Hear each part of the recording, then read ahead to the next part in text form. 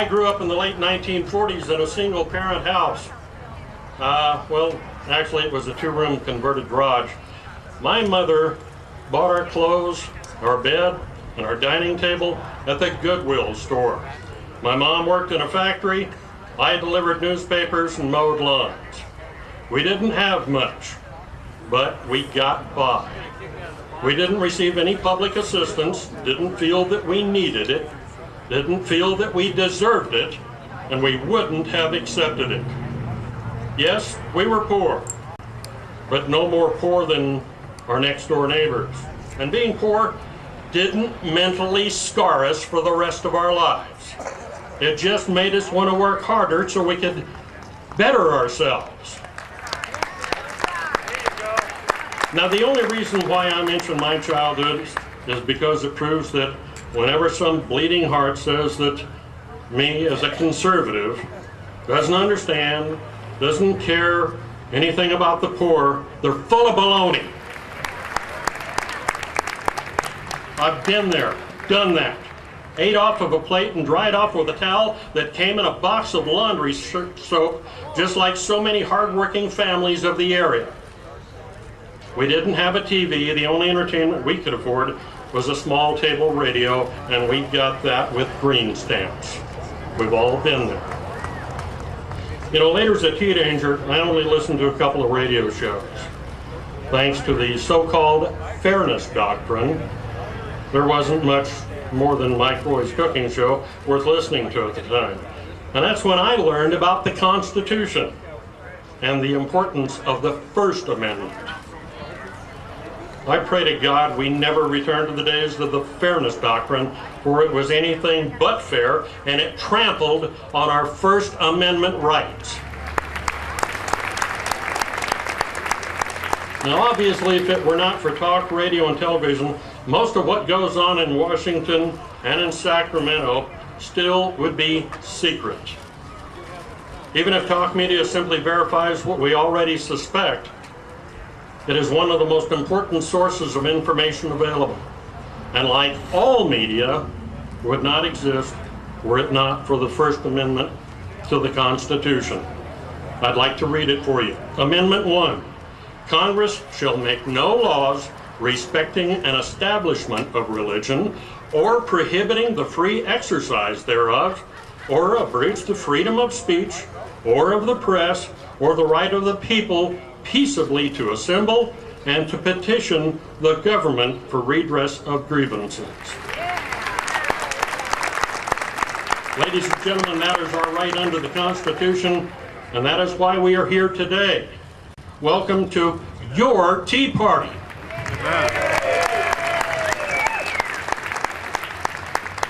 You know, the first Tea Party was way back in 1773, and it has taken years of increasing dishonesty and neglect toward we the people from our elected officials to finally bring us to this point. Now, here we are.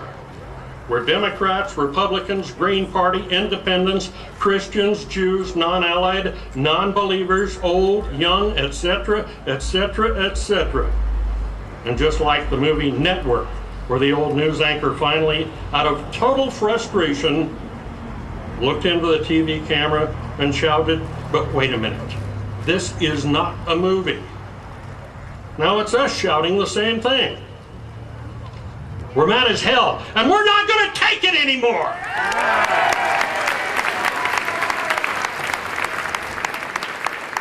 Now, I work in radio, and in radio, we often work in sound bites. I thought it might be a little enlightening to look back on some of the many news stories that have brought us to the point of total distrust of our elected officials. One such news story started many, many years ago, and it involved the education of our children, or perhaps I should say the lack thereof. It is a crime. It's not terrorists that's going to destroy America. It's public education if we don't do something about it. I don't know where the money is going. The equipment is destroyed. There's graffiti everywhere. The teacher tells the parent, oh, this is a good school. When I said, lady, your kid can't read or add 2 and 2. What do you mean it's a good school? Education is a business that has a monopoly. So when you have a monopoly, you can do whatever you want. It is virtually impossible to fire a teacher. We had a teacher who didn't have good control over his temper and punched kids, slapped kids regularly. You take a stance and you won't lose your job. They play dirty because there's so much money involved. In Newark, for example, we have, I think, well over 400 administrators making more than $100,000 a year. It's wasteful and needs to stop.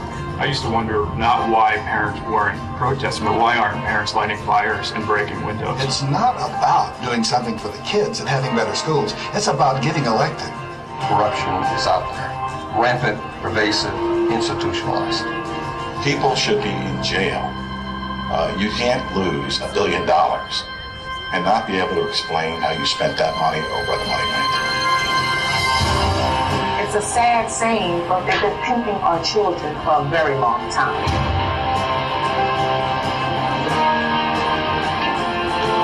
We've got to think of some other solutions. Throwing money at the problem isn't working. That is an option that's coming to an end. Kids in failing situations, dangerous situations, we need to give them immediate relief. Yeah, I have kids who have graduated with diplomas from Camden High and Woodrow Wilson who don't know how to read for 12 years. What did you do with that child? What did you do with the money? It's just like, you ever seen that movie, Lean on Me? It's just like that, but before Joe Clark.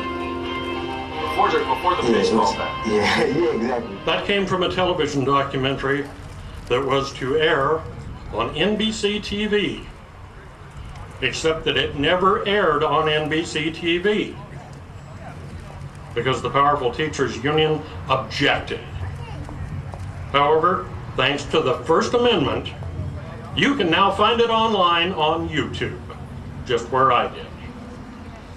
You know, the very people whom we have elected to represent us are often the same people who mock the Tea Party movement, saying that the Tea Parties are not really a movement, they're just a bunch of right-wing radicals that only listen to Fox News or Rush Limbaugh and are of no real importance. Or perhaps these elected officials who are so quick to dismiss the Tea Party movement should listen to this television news report from a source perhaps a little closer to their liking.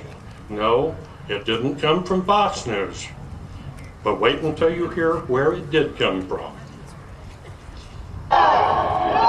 It began with a wave of populist anger and frustration aimed squarely at Washington. The Tea Party movement exploded onto the American political scene in April last year, with coordinated protests in hundreds of cities across the country. Its supporters say the US government is spending too much money and the country is becoming too progressive under Barack Obama. The Tea Party movement has the backing of a number of powerful conservative figures, like the former governor of Alaska, Sarah Palin. Obama called for an engagement. The right-wing Fox News Network and its star presenter, Glenn Beck, are also big supporters. At first, it was dismissed as a fringe group of angry right-wing extremists. But over the last few months, the Tea Party has gained momentum and emerged as a genuine political force, affecting the outcome of a series of local elections.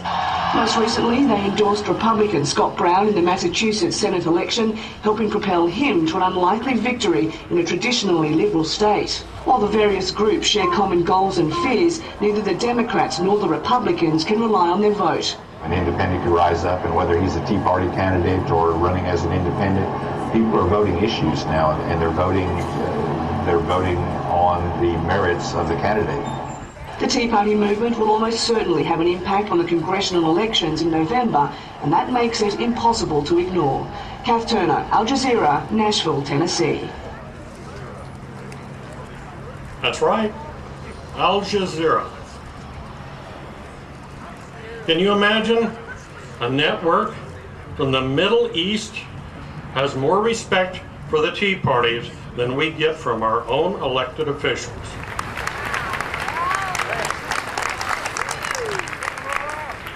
You know, the media, especially talk radio, it's constantly under attack these days from radical elements, some within our own valley, sadly. who want their message heard and want to limit your access to facts. And I have personally been threatened and harassed. Our local radio stations, believe it or not, have been sued.